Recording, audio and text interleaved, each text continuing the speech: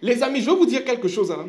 La plus belle relation que vous pouvez avoir, ce n'est pas avec votre copine, ce n'est pas avec votre femme, ce n'est pas avec vos enfants, ce n'est pas avec vos parents, ce n'est pas avec votre famille. Vous ne pourrez pas réussir votre année 2025 si vous n'évoluez pas sur le plan spirituel. Bientôt 2025, et il y a plusieurs personnes qui vont, la nuit du 31 décembre 2024, ils vont prendre un papier, noter, je veux atteindre 10 millions l'année prochaine, je veux atteindre, je veux, mais vous ne pourrez atteindre aucun de ces objectifs si vous n'avez pas compris à un moment donné que c'est votre évolution, de votre élévation spirituelle qui sera la cause réelle de toute votre prospérité sur les autres aspects de votre vie. Dans cette vidéo, je m'en vais vous donner exactement 7 points majeurs que vous devez appliquer, connaître pour pouvoir évoluer spirituellement en 2025. Restez jusqu'à la fin de la vidéo et je tiens à préciser quelque chose de simple. Cette vidéo ne s'adresse pas aux personnes à un moment donné qui sont athées et qui croient en réalité que ce qui leur arrive, c'est parce qu'ils sont trop forts ou c'est parce que c'est eux et ils sont trop forts. Non, ça ne vous concerne pas, donc vous zappez. Ça ne concerne pas aussi les âmes sensibles. Ça veut dire que si vous êtes une âme sensible, zappez la vidéo. Mais si vous êtes une personne qui veut évoluer, écoutez la vidéo jusqu'à la fin.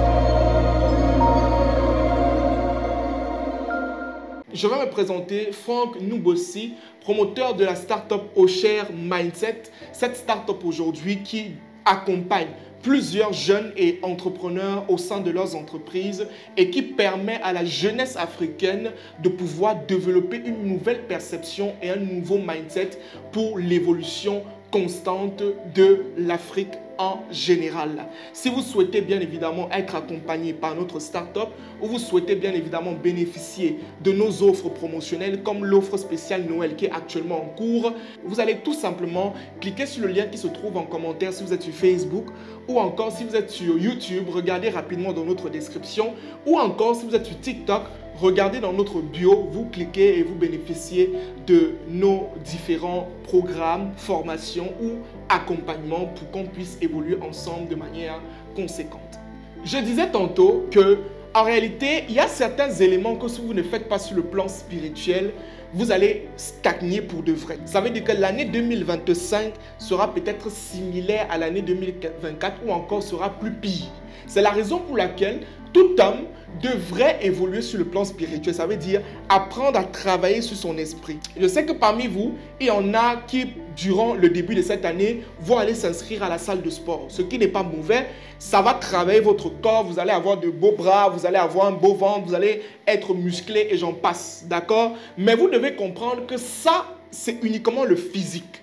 Vous comprenez? Ça, c'est le côté charnel, la chair, en fait, comme on dit d'habitude. Maintenant, qu'en est-il de votre esprit? Parce que votre esprit est l'élément qui contrôle votre vie. Votre esprit, c'est comme un volant sur une voiture. C'est lui qui dirige votre vie de manière constante. Et si vous travaillez sur vos muscles, sur votre peau, vous mettez du make-up, vous devez aussi à un moment donné travailler sur votre esprit. Qu'en est-il de ton esprit? Comment est-ce que tu travailles sur ton esprit? Comment est-ce que tu t'élèves sur le plan spirituel? On en parle dans cette vidéo. Ici, je vais énoncer ce que je vais appeler le point 0. Le point numéro 0, c'est que tu dois te repentir. Quand je dis repentir, les gens vont forcément dire, ce gars-là, il est devenu pasteur. Et comment il dit les choses comme ça? Je dois me repentir comment? Les amis, je vais vous dire quelque chose. La plus belle relation que vous pouvez avoir, ce n'est pas avec votre copine, ce n'est pas avec votre femme, ce n'est pas avec vos enfants, ce n'est pas avec vos parents, ce n'est pas avec votre famille, c'est avec Dieu. La première relation forte que vous devez avoir, c'est la relation avec Dieu. Parce qu'on dit, il est le commencement et la fin. C'est l'alpha et c'est l'oméga. C'est cette entité qui a réellement cette capacité de te faire évoluer. Mais si déjà, dans tes accords, tu n'as pas de connexion avec Dieu, comment tu vas évoluer? Je veux comprendre. Et quand je dis Dieu ici, chez les chrétiens, on va dire d'accepter Jésus. Chez les musulmans, on va te parler d'Allah. Ça, ce n'est pas mon problème. Moi, par exemple, je suis chrétien et j'ai une forte relation avec Dieu. J'ai accepté Jésus, d'accord? Et je n'ai pas honte de le dire, je n'ai pas peur de le dire, je le dis à haute voix et j'en suis fier. J'ai accepté Jésus et aujourd'hui, je suis en relation forte avec Dieu. Je ne sais pas si vous comprenez. Et vous devez faire de même.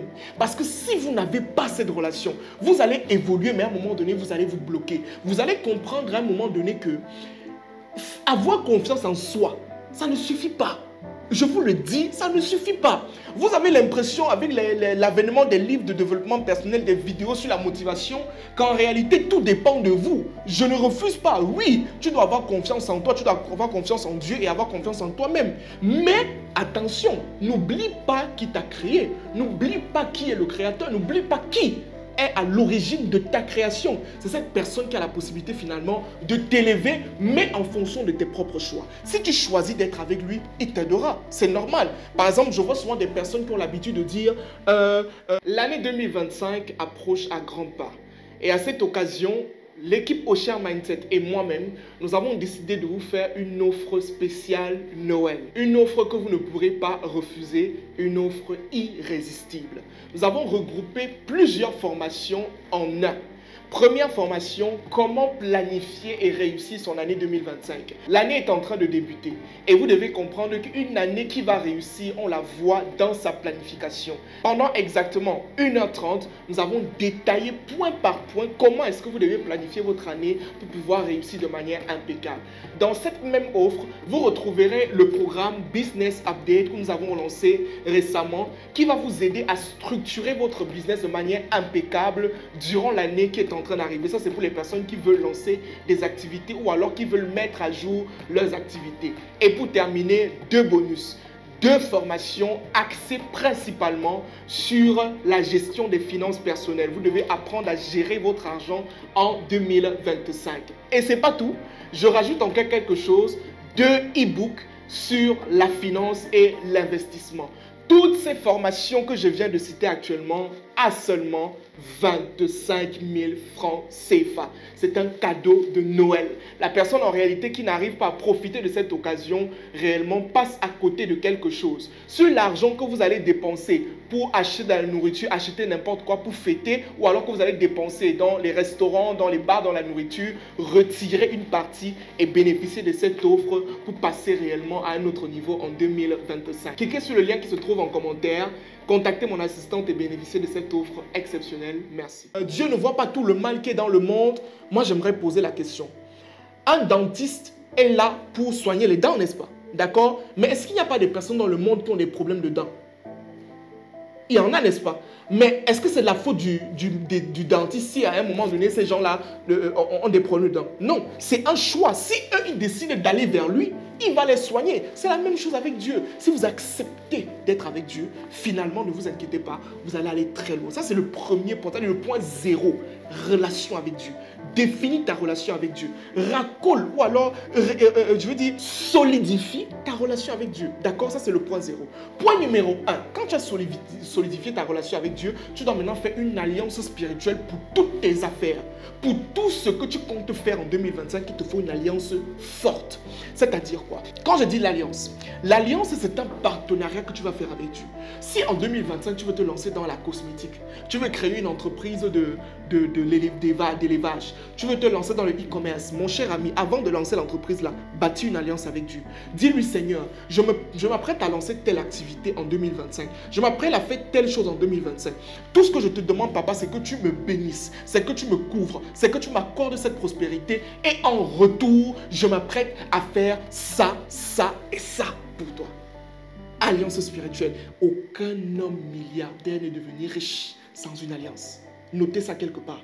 Et si vous n'avez pas d'alliance, laissez-moi les choses que vous lisez dans les livres là. Écoutez bien ce que je dis. L'alliance spirituelle, c'est le début, c'est la fin, c'est le commencement et la fin. C'est tout. Si tu n'as pas d'alliance avec Dieu, je ne sais pas comment tu vas faire pour prospérer. Tu vas toujours caler à un moment donné. Ça, c'est le point numéro 1. Maintenant, point numéro 2, ça va peut-être heurter la sensibilité de certains. Ici, je vais essayer de parler un peu en fonction de ma position en tant que chrétien. Méditer constamment la Bible. Pour moi, aujourd'hui, j'ai eu à lire tellement de livres, hein, les amis. Tellement. Là, par exemple, je suis dans mon bureau et là, juste là, il y a des livres, d'accord? J'ai lu tous les livres. Quel est le livre que j'ai pas lu? J'ai lu pratiquement tous vos livres de développement personnel. Là, j'ai lu, j'ai cherché. Il y a d'autres que j'ai même expédié de l'Amérique. Ça dit, les gens, j'ai demandé qu'on m'achète ça là-bas, on a expédié de ce côté. Mais pour moi, le livre le plus puissant du monde, c'est la Bible. Je ne suis pas là pour faire un débat avec quelqu'un. Je le dis parce que je connais ce que ce livre apporte dans ma vie. Je n'ai jamais ouvert ce livre avec un problème et je l'ai refermé sans solution. Jamais. Depuis un certain temps. Jamais. Dans la Bible, il y a tout. Il y a la politique. Vous voulez apprendre la politique, lisez la Bible. Vous voulez apprendre l'économie, lisez la Bible. Vous voulez apprendre le marketing, il y a le marketing dans la Bible. Et là, les gens vont forcément me dire, mais frère, comment est-ce que tu dis que dans la Bible, on parle de l'économie? Je te prends un exemple simple. Dans la Bible, on parle de l'histoire de Joseph, d'accord? L'histoire de Joseph où on te dit que Pharaon a fait un rêve. Un rêve où il y avait 7 vaches maigres et 7 vaches grasses. Il vient s'approcher de Joseph et il dit à Joseph, Joseph, qu'est-ce que ça veut dire? Joseph lui dit, ça veut tout simplement dire que en Égypte, dans les prochaines années, il y aura 7 années d'abondance et 7 années de prospérité. Pharaon lui demande, qu'est-ce qu'on doit donc faire? Et il lui dit tout simplement que pendant les années d'abondance, on doit pouvoir mettre de côté pour pouvoir préparer la saison de sécheresse. Je répète, pendant les périodes d'abondance, on doit mettre de côté. Quand on dit mettre de côté, c'est quoi? C'est l'épargne. On parle de l'épargne en quel domaine? C'est l'économie. Quand on parle d'économie, on parle de l'épargne. Ça veut dire que la Bible t'apprend l'économie. On est d'accord ou pas? Je peux aller comme ça toute la soirée.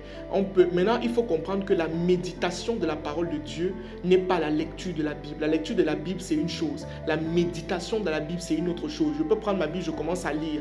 Mais quand je dis méditer, c'est comprendre ce qui se cache derrière les versets bibliques. Maintenant, si vous êtes un musulman, vous pouvez tout simplement lire le Coran. Voilà, le Coran aussi qui est un livre très puissant et tout ce qui va avec. Ça, c'est le deuxième point. Le troisième point, c'est que en 2025, faites l'effort de faire des dons tous les mois. Ça doit être une culture chez vous. Chaque fin de mois, retirez une partie, allez faire un don. Ce sont des bénédictions que vous appelez, des bénédictions que vous appelez dans votre vie et vous-même, vous ne vous en rendez pas compte. Très important, les amis, les bénédictions spirituelles. Que cherchez et quand vous gagnez, donnez, échangez aussi parce que l'univers fonctionne avec la voie de l'échange. Tu ne vas pas gagner et l'année-ci, par exemple, qui est en train de finir, tu as fait les dons à qui? À quel enfant? Quel enfant peut sourire aujourd'hui que tu lui as fait un don? Voilà, donc il faut aller faire des dons pendant 2025. Chaque fin de mois va faire un don de manière conséquente. Et ensuite, le quatrième point, cultive-toi à la prière. C'est très important. Installe la prière dans ta vie, dans ton quotidien. Réveille-toi chaque matin de l'année 2025 qui est en train d'arriver en priant. Mets le genou au sol et prie parce que quelque part, vous ne le savez pas. Vous, actuellement, vous êtes en train de regarder cette vidéo, mais il y a d'autres personnes qui n'ont pas pu regarder cette vidéo aujourd'hui parce qu'ils ne sont plus avec nous. Ils sont partis. D'accord? Mais vous, chaque matin, posez le genou au sol et remerciez Dieu de vous avoir donné ce souffle de vie-là. Remerciez Dieu d'avoir fait en sorte que vous vous releviez. Quand vous rentrez à la maison, remerciez Dieu parce que vous n'avez pas fait d'accident. Remerciez Dieu pour la journée. Remerciez Dieu pour les échecs. Remerciez Dieu pour les réussites. Remerciez Dieu pour tout. Parce que lui seul sait pourquoi il fait les choses. D'accord? Et le dernier point, vous allez tout simplement chercher des bénédictions spirituelles durant l'année. D'accord? Et vous pouvez faire ça. Le conseil que moi je vais vous donner simplement, c'est que pendant cette année, cette fin d'année, d'accord, vous allez faire quelque chose. C'est que vous allez faire des offrandes à vos grands-parents, à vos parents, à vos amis, à votre pasteur, à votre prophète, à vos ancêtres, de manière constante pour pouvoir acquérir des bénédictions spirituelles et même avec à votre mentor, d'accord? Donc les amis, voilà ainsi donné les 7 points majeurs que vous devez pouvoir faire durant l'année 2025 si vous voulez évoluer sur le plan spirituel, d'accord? Et appliquer cela de manière constante. Pour les gens qui aimeraient aller plus loin, qui aimeraient qu'on les accompagne, vous pouvez nous contacter tout simplement en cliquant sur le lien qui se trouve en commentaire ou alors bénéficier simplement de notre offre spéciale Noël où vous allez retrouver tout ce que je dis là actuellement en profondeur en cliquant sur le lien qui se trouve en commentaire. C'était Franck Ngozi, merci.